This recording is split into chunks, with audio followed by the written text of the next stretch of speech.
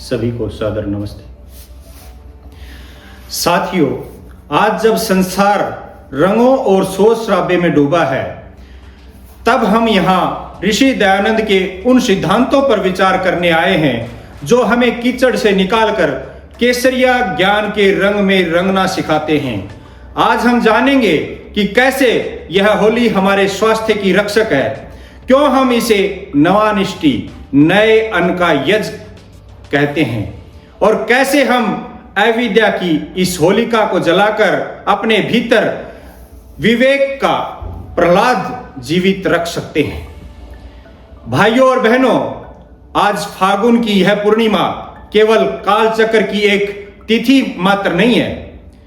यह तिथि एक महान संधि है, शीत ऋतु की विदाई और ग्रीष्म के आगमन की।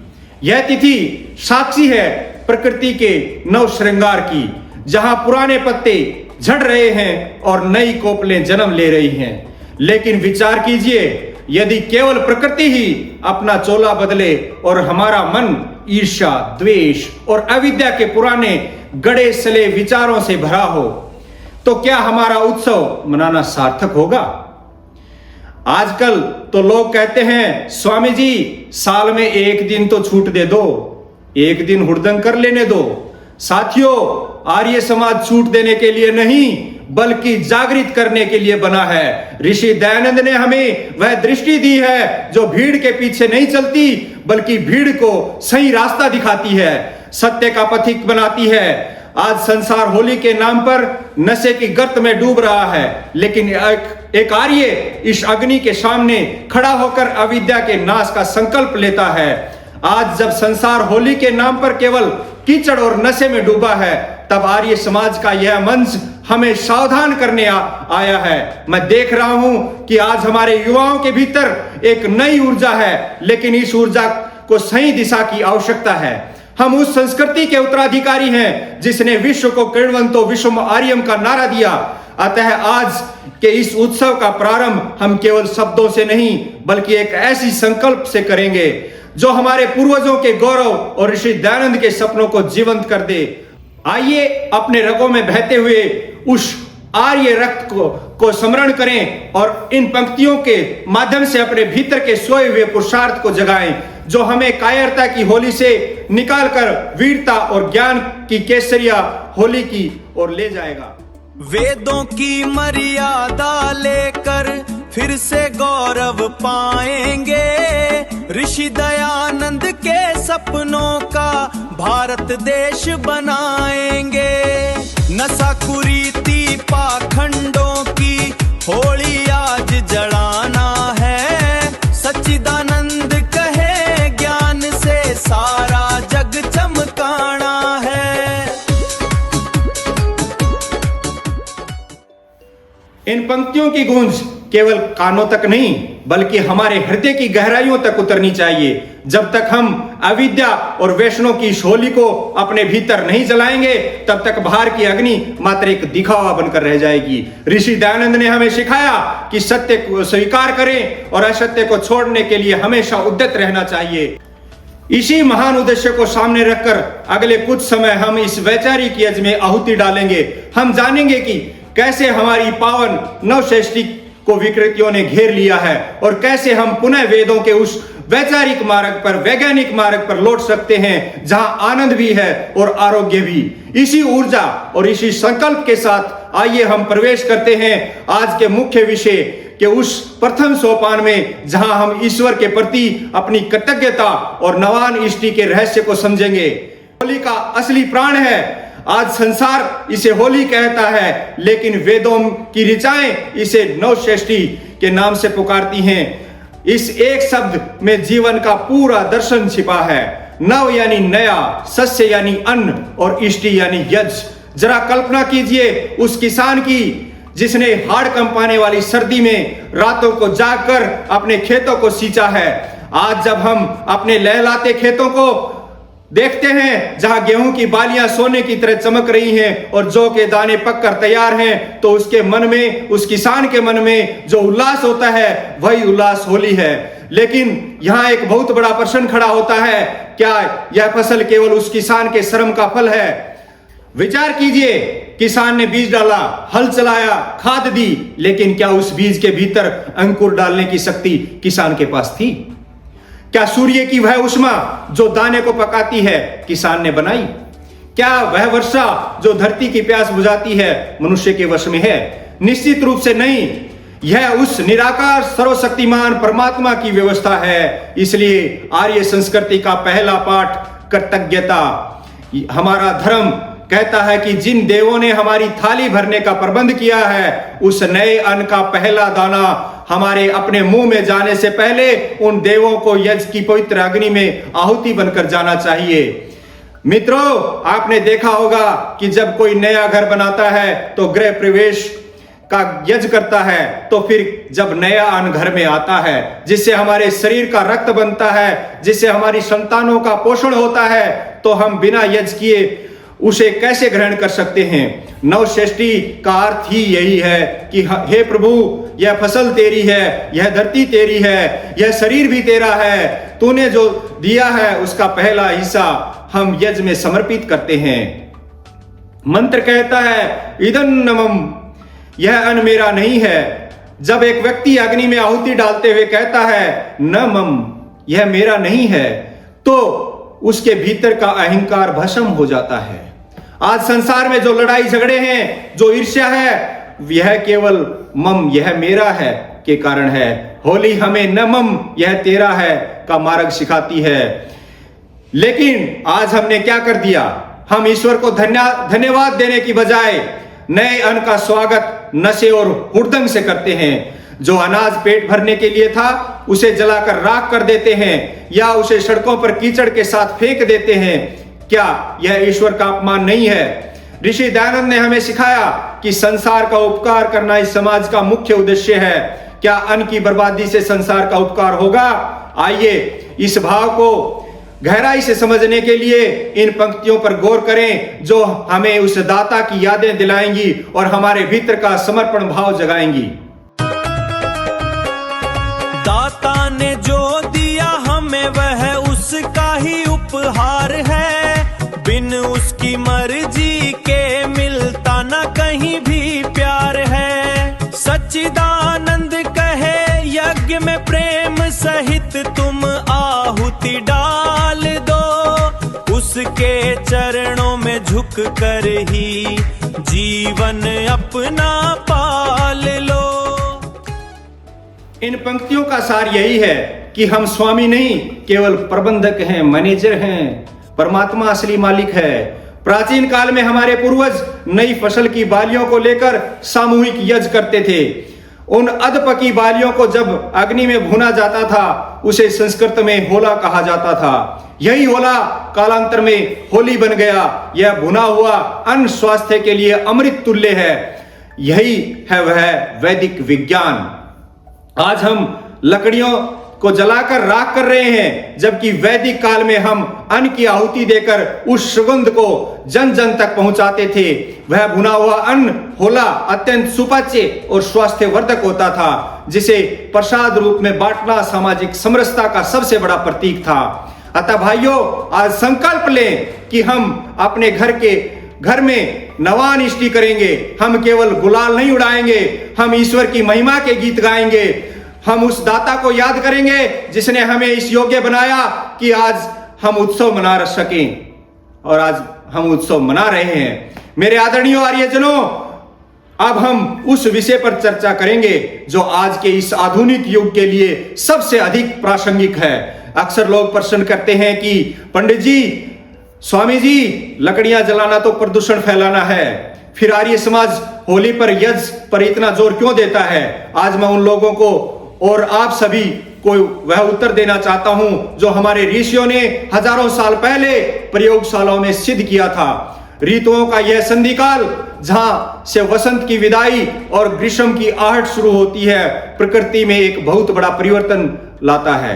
आपने अनुभव किया होगा कि इन दिनों में आलस्य बढ़ जाता है, भूख कम लगती है और शरीर में भारीपन आता है। आयुर्वेद कहता है कि शीत ऋतु में जमा हुआ कफ सूर्य की तपिश पाकर पिघलने लगता है, जिससे जुकाम, खांसी, बुखार और कई संक्रामक रोग फैलते हैं। विचार कीजिए, जब हमारे घर में गंदगी हो जाती है तो हम झाड़ू लगाते हैं, लेकिन जब वायुमंडल में कीटाणु फैल जाएं तो उसकी सफाई कौन करेगा? क्या कोई वैक्यूम क्लीनर हवा को साफ कर सकता है? यहां काम आता है हमारा यज्ञ विज्ञान। हमारे ऋषियों ने होली को केवल एक उत्सव नहीं बल्कि एक वैश्विक शुद्धिकरण अभियान, ग्लोबल प्योरिफिकेशन ड्राइव बनाया था। जब हम यज्ञ कुंड में कपूर, गुग्गल, जटामांसी, गिलोय और सुगंधित जड़ी बूटियों की आहुतियां डालते हैं तो वे औषधियां जलकर राख नहीं होती बल्कि सूक्ष्म माइक्रो लेवल की हो जाती हैं। विज्ञान का नियम है कि पदार्थ कभी नष्ट नहीं होता, वह अपना रूप बदलता है। जब औषधियां अग्नि के स्पर्श से गैसीय रूप लेती हैं तो वे हवा से भी हल्की हो जाती हैं और मीलों दूर तक फैलकर वातावरण के विषाणुओं का इनकाउंटर कर देती हैं। आज हम करोड़ों रुपए एयर प्योरीफायर पर खर्च करते हैं जो एक छोटे से कमरे की हवा साफ करता है, लेकिन हमारा एक छोटा सा होली यज्ञ पूरे मोहल्ले की वायु को औषधि युक्त बना देता है। आजकल लोग होली पर पुराने टायर जलाते हैं, प्लास्टिक जलाते हैं और कहते हैं होली जला रहे हैं। अरे भाई, आप होली नहीं जला रहे हैं, आप अपनी और अपने बच्चों की सांसों में जहर घोल रहे हैं। टायर से निकला हुआ धुआं कैंसर देता है और यज्ञ से निकला हुआ धुआं फेफड़ों को शक्ति देता है। ऋषि दयानंद ने पंच महायज्ञ विधि में स्पष्ट लिखा है कि वायु और जल की शुद्धि करना मनुष्य का सबसे बड़ा परोपकार है। फ्रांस के एक वैज्ञानिक ने शोध किया कि जब वेद मंत्रों के साथ विशेष औषधियों की आहुति दी जाती है तो वह धुआं बादलों तक पहुंचकर वर्षा के जल को भी शुद्ध कर देता है। इसलिए हमारे पूर्वज सामूहिक होली जलाते थे ताकि पूरे गांव की बीमारी एक साथ दूर हो जाए। आइए इस वैज्ञानिक चेतना को इन पंक्तियों के माध्यम से हृदयंगम करें और जो हमें कूड़ा नहीं बल्कि सुगंध फैलाने का संदेश देती हैं। अग्निहोत्र की पावन ज्वाला जग का कष्ट मिटाती है, वायुमंडल के विष को हर कर अमृत रस बरसाती है। स्वामी सच्चिदानंद कहे रोगों का तुम संहार करो, यज्ञ की पावन सुगंध से अपना घर संसार भरो। इन पंक्तियों का सार यही है कि हमारी होली विनाश की नहीं विकास की अग्नि है। हम लकड़ियां जलाकर राख के ढेर नहीं बनाना चाहते, हम जड़ी बूटियां जलाकर आरोग्य का साम्राज्य फैलाना चाहते हैं। एक आर्य का कर्तव्य है कि वह इस दिन अपने घर के बाहर एक छोटा सा यज्ञ अवश्य करे ताकि उसके परिवार और पड़ोसियों को शुद्ध प्राणवायु मिल सके। तो मेरे भाइयों, आज से हम संकल्प लें कि हम धुएं वाली नहीं सुगंध वाली होली मनाएंगे, हम प्रदूषण वाली नहीं हम पोषण वाली होली मनाएंगे। क्योंकि जब वायु शुद्ध होगी तभी विचार शुद्ध होंगे, तभी हमारा राष्ट्र स्वस्थ होगा। मान्यवरों, अब हम उस विषय पर चर्चा करेंगे जो आज के समाज के लिए कड़वी दवा की तरह है। हमने यज्ञ की महिमा सुनी, हमने नवान इष्टि को समझा, लेकिन जरा बाहर गली में निकलकर देखिए, क्या वहां वही पावनता दिखती है जिसकी हम चर्चा कर रहे हैं? आज की होली होली नहीं रह गई, यह हुड़दंग और विकृति बन गई है। आज जब हम बाहर निकलते हैं तो होली के नाम पर क्या देखते हैं? कीचड़, कालिख, हुड़दंग, अश्लील गीत और सबसे भयावह नशे का तांडव। जिस पर्व को आत्मा की शुद्धि के लिए बनाया गया था उसे हमने शराब और भांग की बोतलों में डुबो दिया है। हमने उत्सव के नाम पर अभद्रता का ऐसा लाइसेंस ले लिया है कि हम किसी की भी मर्यादा को तार तार कर देते हैं और उसके पीछे एक ढाल लगा देते हैं, बुरा ना मानो होली है। साथियों, यह बुरा ना मानो का जुमला किसने बनाया? क्या किसी वेद में लिखा है कि साल के 364 दिन मनुष्य बने रहो और एक दिन पशु बन जाओ? अगर कोई आपके घर की दीवार पर कालिख पोत दे, आपकी माता बहनों पर अश्लील फप्तियां कसे और फिर मुस्कुराए कहे बुरा ना मानो, तो क्या आप उसे माला पहनाएंगे? नहीं। बुरा मानो यदि मानवता का अपमान हो रहा है तो बुरा मानना ही आर्य होने का, श्रेष्ठ होने का प्रमाण है। ऋषि दयानंद ने हमें भीगी बिल्ली बनना नहीं, सिंह की तरह गर्जना सिखाया है। उन्होंने सत्यार्थ प्रकाश के माध्यम से उन तमाम पाखंडों की धज्जियां उड़ा दी जिन्होंने धर्म का तमाशा बना दिया था। और फिर हमारी भक्त मंडली, उनका तो कहना ही क्या, होली आई है, आई नहीं कि भांग और मदिरा के दौर शुरू हो जाते हैं।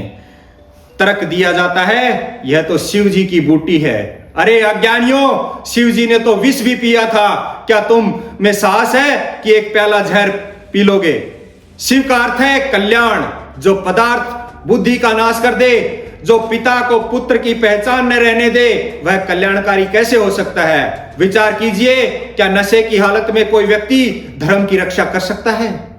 क्या गाली गलौज और अभद्रता से समाज का भला हो सकता है? ऋषि दयानंद ने कहा था कि नशा मनुष्य को पशु बनाता है। एक आर्य कभी नशे का गुलाम नहीं हो सकता, क्योंकि उसकी बुद्धि वेदों के प्रकाश से आलोकित होती है।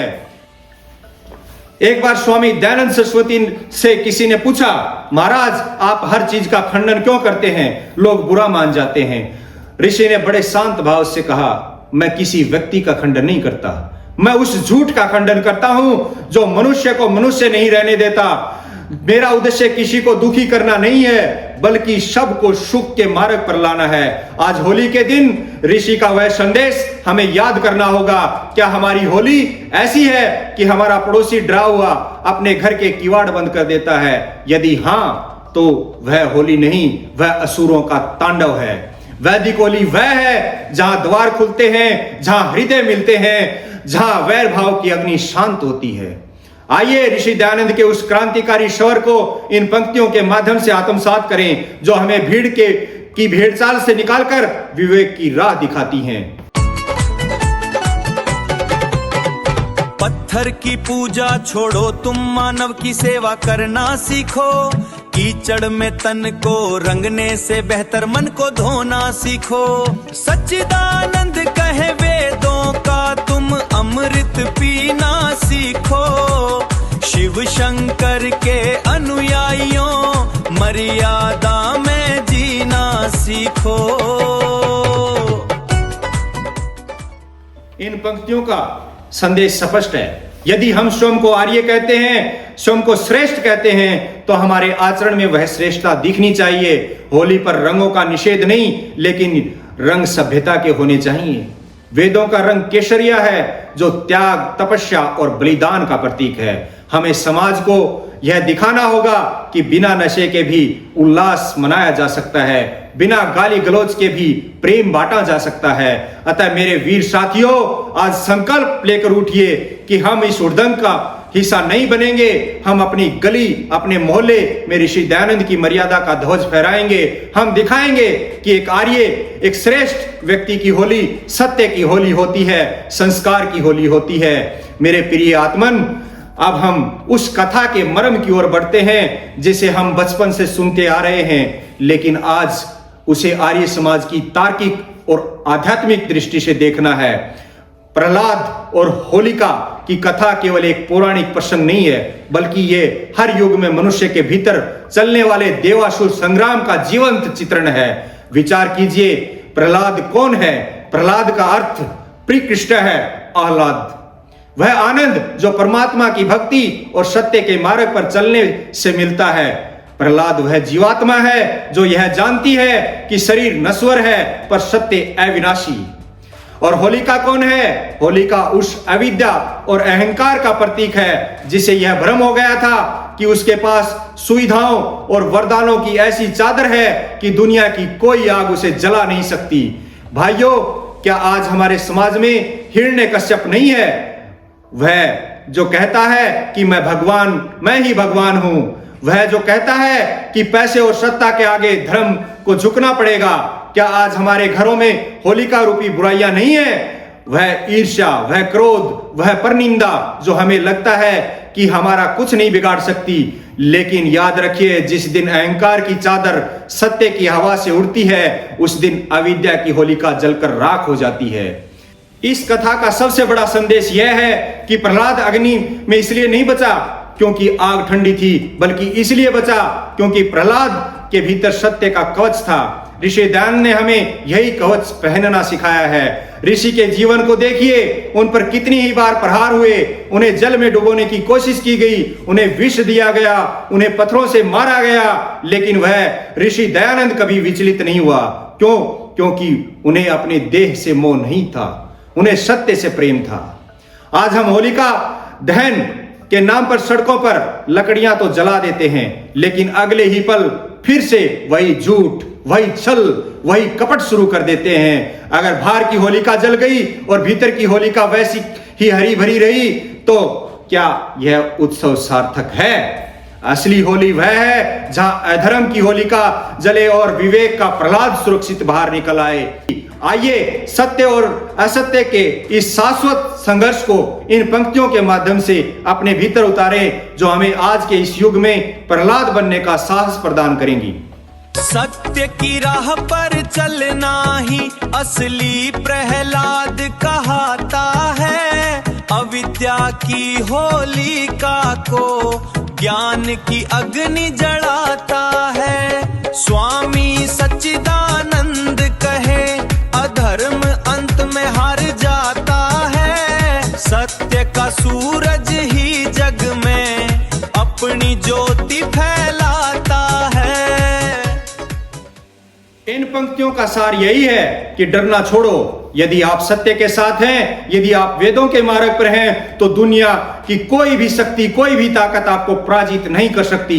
होली हमें यह भरोसा दिलाने आती है कि सत्यमेव जयते नानृतम, सत्य ही जीतता है, झूठ नहीं। अतः मेरे साथियों, आज इस मंच से यह संकल्प लेकर जाइए कि हम अपने भीतर के प्रहलाद यानी अपने आत्मबल को कभी मरने नहीं देंगे। हम हर उस होलिका का दहन करेंगे जो हमें समाज की उन्नति से रोकती है। हम दिखाएंगे कि एक श्रेष्ठ व्यक्ति वह है जो आग के बीच में खड़ा होकर भी अपनी मर्यादा और अपने ईश्वर विश्वास को नहीं छोड़ता। यही होली का असली आध्यात्मिक संदेश है। आइए अब हम उस अंतिम पड़ाव की ओर चलें जहां हम राष्ट्र निर्माण का संकल्प लेंगे। मेरे आदरणीय आर्यजनों, अब हम उस पड़ाव पर हैं जहां यह ज्ञान गंगा अपने गंतव्य की ओर बढ़ रही है। हमने विज्ञान की चर्चा की, हमने कुरीतियों पर प्रहार किया, हमने प्रहलाद के सत्य को समझा, लेकिन प्रश्न उठता है कि इस कठिन मार्ग पर चलने की शक्ति हमें मिलेगी कहां से? उस शक्ति का स्रोत है महर्षि दयानंद सरस्वती का जीवन। भाइयों, ऋषि दयानंद केवल एक सन्यासी नहीं थे, वे करुणा और क्षमा के जीवित हिमालय थे। याद कीजिए अनूप शहर का वह दृश्य जहां एक व्यक्ति ने ईर्ष्यावश ऋषि को पान में शंख्य नामक भयानक जहर दे दिया। ऋषि को पता चल गया। उन्होंने योगिक क्रियाओं से जहर बाहर निकाल दिया। अपराधी पकड़ा गया, उसे बेड़ियों में जकड़ लिया और ऋषि के सामने पेश किया। तहसीलदार ने कहा, स्वामी जी आज्ञा दीजिए, इस पापी को ऐसी सजा दूं कि दुनिया याद रखे। जानते हैं उस काल के प्रहलाद यानी ऋषि दयानंद ने क्या कहा? ऋषि मुस्कुराए और बोले, सैयद साहब इसे छोड़ दीजिए, मैं दुनिया को कैद करने नहीं बल्कि कैद से छुड़ाने आया हूं। इतना ही नहीं, ऋषि ने उस अपराधी को कुछ धन भी दिया ताकि वह भागकर अपनी जान बचा सके। साथियों, क्या हम आज होली के दिन ऋषि की उस करुणा का एक अंश भी अपने भीतर ला सकते हैं? यदि आज हम अपने उस भाई को गले नहीं लगा सकते जिसे हमारा मन मुटाव है, यदि आज हम अपने हृदय की ईर्ष्या की आग को शांत नहीं कर सकते, तो विश्वास मानिए बाहर की लकड़ियां जलाना महज एक ढोंग है। असली होली वह है जब आप अपने अपराधी को क्षमा करें और अधर्म को प्रेम से जीत लें। सच्चिदानंद कहे अविद्या की होली जला दो आज, बसा दो दिलों में वेदों का पावन पुनीत राज। उठो आर्य पुत्रों बढ़ाओ कदम, बदलो सारा समाज। सत्य मार्ग पर चलकर ही सिद्ध होंगे सारे काज।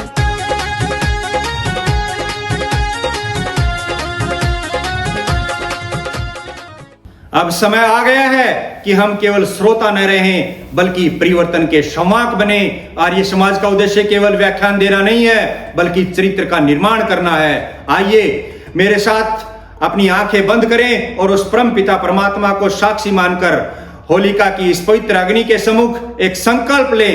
मेरे साथ दोहराएं, हे ईश्वर, आज इस पावन होली पर हम संकल्प लेते हैं कि हम वेदों के मार्ग पर चलेंगे, हम नशे और कुरीतियों का त्याग करेंगे, हम अपने घर को यज्ञ बनाएंगे और ऋषि दयानंद के सपनों का भारत बनाने के लिए अपना तन मन धन अर्पित करेंगे। आइए समस्त विश्व के कल्याण के लिए उस परम सत्ता से शांति की प्रार्थना करें। ओम द्यौ शांति अंतरिक्षगम शांति पृथ्वी शांतिराप शांतिरोषधयः शांति वनस्पतयः शांति विश्वे देवा शांति ब्रह्म शांति सर्वं शांति शांतिरेव शांति शामा शांतिरेधि। ओम शांति शांति। आर्य समाज अमर रहे। सबको सादर नमस्ते।